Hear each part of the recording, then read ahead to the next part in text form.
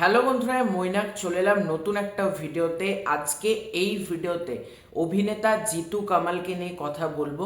জিতু কামালের বেশ কিছু আপডেট আজকের এই ভিডিওতে তোমাদেরকে দেবো, তাই সবার ফার্স্টে তোমাদেরকে অনুরোধ করব, তোমাদের যদি ভিডিওটা ভালো লাগে ভিডিওতে একটা লাইক করো, কমেন্ট করো এবং চ্যানেলে প্রথমবার হয়ে থাকলে চ্যানেলটাকে অতি অবশ্যই আগে সাবস্ক্রাইব করে দিও।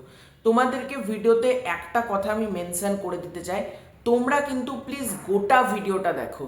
মানে তোমরা অনেকে আছো ভিডিওটা একটুখানি দেখো দিয়ে চলে যাও, মানে গোটা আপডেটটা তোমরা অনেকে জানতেও পারো না, পরবর্তীকালে তোমরা তখন কমেন্ট করো যে এটা কি ওটা কি, কিন্তু সেই বিষয়ে কিন্তু আমি অলরেডি বলেই দিয়েছি। সুতরাং তোমরা মানে পারলে সময় বের করে গোটা ভিডিওটা দেখো। এবার যদি আসি আপডেটে, সেটা হচ্ছে জোর কদমে চলছে কিন্তু চোর সিনেমার শুটিং।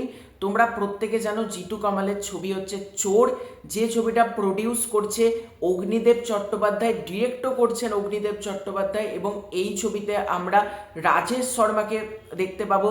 এবং এই ছবিটা কিন্তু একটা ভালো কনসেপ্টের উপর একটা ছবি হতে চলেছে, এক রাতের গল্প নিয়ে হতে চলেছে। এই ছবির কিন্তু জোর কদমে শুটিংয়ের কাজ চলছে। এছাড়াও তোমরা প্রত্যেকে জানো জিতু কামাল চিরদিনই তুমি যে আমারের মেন লিড, সুতরাং সেটার কাজও কিন্তু জিতু কামালকে করতেই হচ্ছে। এবং জিতু কামালের আমার একটা জিনিস খুব ভালো লাগছে, তিনি এখন ব্যস্ত শিডিউল পার করছেন, মানে তার হাতে কোনো ফ্রি সময় বা ফাঁকা টাইম বলতে কিছুই নেই। সিরিয়াল সিনেমা কিন্তু তাকে করতেই হচ্ছে কনস্ট্যান্টলি।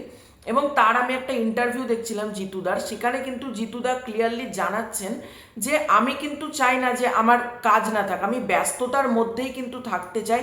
আমি কখনো চাই না যে মানে ব্যস্ত সময়টা আমার জীবনে না থাকুক, আমি প্রতিটা মুহূর্তেই চাই ব্যস্ত থাকতে এবং কাজ করে যেতে চাই। এটাই কিন্তু একজন অভিনেতার মানে সব থেকে বড় প্লাস পয়েন্ট। দেখো, অভিনয় লাইনে সবাই আছে, কিন্তু অনেক অভিনেতা দেখবে বলে যে এত কাজ, কিন্তু যে অভিনেতা হাসি মুখে কাজ করে না, সেই কিন্তু বড় জায়গায় যেতে পারে।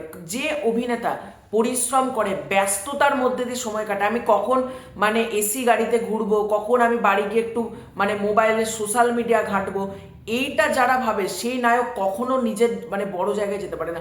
কাজ করতে হবে বস, কাজ না করলে কোনো জায়গাতে সে যে কোনো ফিল্ডে কিন্তু কোনো ফিল্ডে সফলতা আসে না। তো জিতু কামাল সে পুরো ব্যস্ত সময়ের মধ্যে দিয়ে এখন পার করছেন চিরদিনই তুমি যে আমার, সেটা ডেলি শো। এছাড়াও চোর সিনেমার শুটিং চলছে, চোর ছবিটাকে নিয়ে আমি খুব এক্সাইটেড আছি। চোরের খুব সম্ভবত খুব তাড়াতাড়ি হয়তো একটা টিজার ড্রপ করা হতে পারে, মানে এখন জোর কদমে কিন্তু চোরের কাজ চলছে। এছাড়াও তোমরা যারা আমার রেগুলার ভিডিও দেখো তোমাদেরকে জানিয়েছিলাম এরাও মানুষ যে ছবিটা আসতে চলেছে, জিতু কামাল এবং শ্রাবন্তী জুটির ছবি, বাবু সোনার পরবর্তীতে সেকেন্ড ছবি। তো সেখানে তোমাদেরকে জানিয়েছিলাম এখনো পর্যন্ত কিন্তু দুটো গানের শুটিং হওয়া বাকি আছে, ঠিক আছে। সুতরাং যেটা জানতে পারা যাচ্ছে, চোর সিনেমার শুটিং একবার শেষ হলে জিতু কামাল কিন্তু ঢুকে পড়বেন এরাও মানুষের যে দুটো গানের শ্যুট হয়নি, সেই দুটো গানের কিন্তু আলাদা করে জিতু কামাল শ্যুট করবেন।